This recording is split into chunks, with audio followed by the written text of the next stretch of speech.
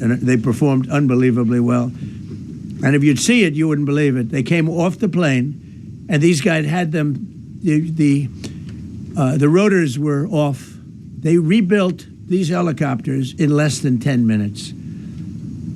And that was one of the more amazing things. These are helicopters, small, unbelievably powerful, but small, very small, so it can get into certain areas.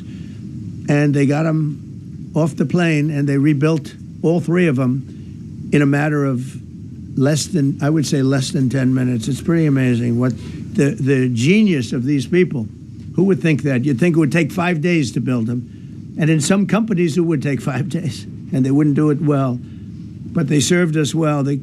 As Commander-in-Chief, I never forget the extraordinary risk taken by the warriors that we send into battle, and the genius. I mean, think of it, having a contingency of 3 planes waiting because we think the sand is so bad that we probably won't be able to take off. And the planes really got bogged.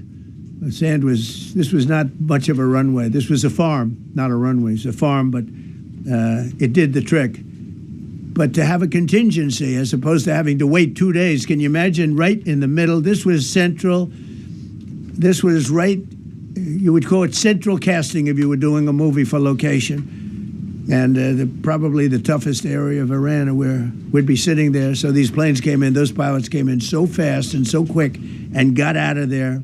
Everybody got aboard and just got 15-minute intervals. One load out, one load out, one load out. It happened, and we were watching, and we said, "That's amazing." In many ways, I was almost more impressed by the contingency that we had than the fact that if we would have had a runway or decent soil. But it was an amazing thing. But we thank God for every single one of them.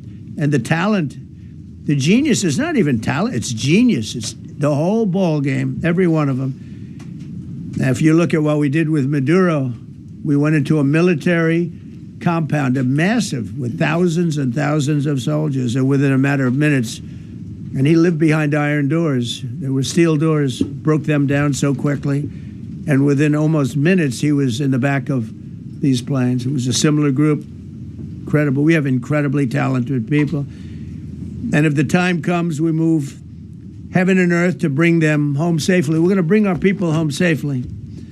I want to thank every member of the U.S. Armed Forces involved in these historic operations. They really were historic. It's just not something that's done.